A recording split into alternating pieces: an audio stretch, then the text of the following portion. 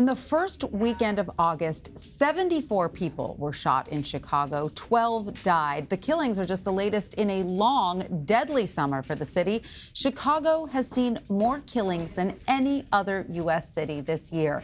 In a new report, Axios outlines how the violence is divided by the city's racial segregation lines and fueled by economic inequality. Mike Sykes wrote the Axios article titled "The Deadliest City Behind Chicago's Segregated Shooting Sprees." He joins me now from Washington. Mike, thanks for being with us. Tell us, thanks for having me. What is the correlation exactly between gun violence and economic inequality? Why does violence disproportionately take place in low-income communities? Well, so what we have here is there are a lot of people who are really put into the west side and the south side of the city who are they're poor, there are lack of opportunities, lack of jobs, and they're all fighting for these same opportunities, right? And when you put so many people in one place, right, there's a dearth of of opportunity for these people for upward mobility. It's going to be a mess. You have the African American population, 34% of the population is in poverty. There's a great Chicago. Quote in here by Colleen Daly that says, "Nothing stops a bullet like an opportunity." Would you agree with that? Yeah, exactly. You give someone a job, you give someone a way to make money outside of being in the streets and doing whatever it is they feel like they need to do. Then there's no reason for them to pick up a gun, and we don't see headlines like the ones that we have on our site. Now let's talk a little bit about the gun piece of this, because these are shootings, these are guns are involved. Where are these guns coming from? Is that a significant part of this? It's very significant. So only 40% of the guns from that police recovered in 2017 in Chicago came from Illinois. And you can't buy or sell a gun in Chicago, in the actual city of Chicago. So the rest of these guns are they're outsourced, really. 21% of them come from Indiana, another 5% come from Mississippi, and then you have more and more coming from states with lax gun laws. And so really it's a matter of not only what's going on in Chicago, but what's going outside of the state of Illinois and what's going on around the borders. It's easy to buy a gun and bring it into the city. Now, a lot of this violence that's going on, officials say, is gang violence.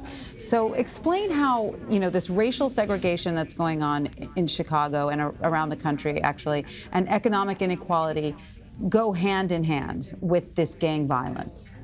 Yeah, so once again, it's putting a lot of people who don't have very much into 2 or 3 areas in the city and expecting them to find ways to create upward mobility for themselves. Right. The only way that they can see to do it is by, joining a gang and finding peace with people who live around them, but also warring with other people who might live up the street from them. Sure. And which communities in Chicago, which communities specifically, are suffering the most from this sort of economic instability? Yeah, so again, it's the west side and the south side of the city. And the community that we really saw, or in 2018 that we've really seen affected by this, is the Austin community in Chicago. 7 months into this year, it's had more shootings and more deaths than any other neighborhood in Chicago, and so that's just, again, it's a product of people being placed in one area and trying to find this upward mobility. And I'm curious whether we can place any blame on some of the city planning efforts of the 70s to create this low-income housing areas. Is there any blame in that, this sort of separating of low-income Chicago residents and putting them all in one area? Yes, there's no question about it. There's blame to be placed there. This was not something that started, last week, last month, or last year. This goes decades and decades back to the streets being segregated by the highway, and black people being placed in one area and not being able to make it and find opportunities in other areas in the city. And it's while it didn't take one day again for this to happen, it's going to take the same time to break these barriers down and create opportunities for these people. And let's talk about that, because obviously that's what we'd all like to see happen. How do you suggest we can increase the opportunity, increase the resources going into that neighborhood, prop up some more economic stability in those neighborhoods? What would you suggest? There are a number of things that we can do.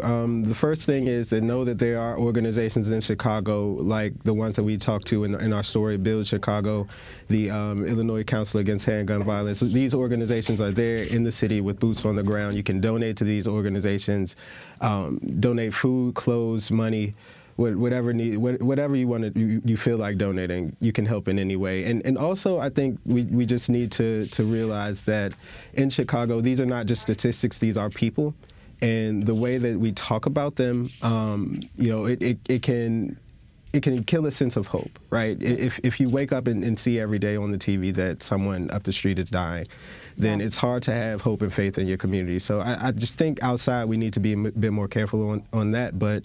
Other than that, any donations you can give would be great. And what about law enforcement? I mean, how would you like to see that more specifically focused on these neighborhoods? Because a lot of these crimes, it seems, go unsolved, correct?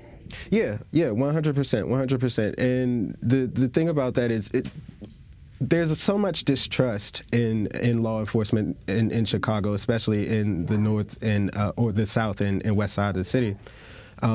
Because we just saw that the police department was under federal investigation after being accused of being racially biased, right? And the Department of Justice found that was actually true. So there needs to be a sense of community policing. The police have to get into the community and build relationships with these people, and that's going to be the first step of how the police department helps. And then again, just solving these crimes and finding out, tracing these guns and figuring out how we can get these guns out of Chicago.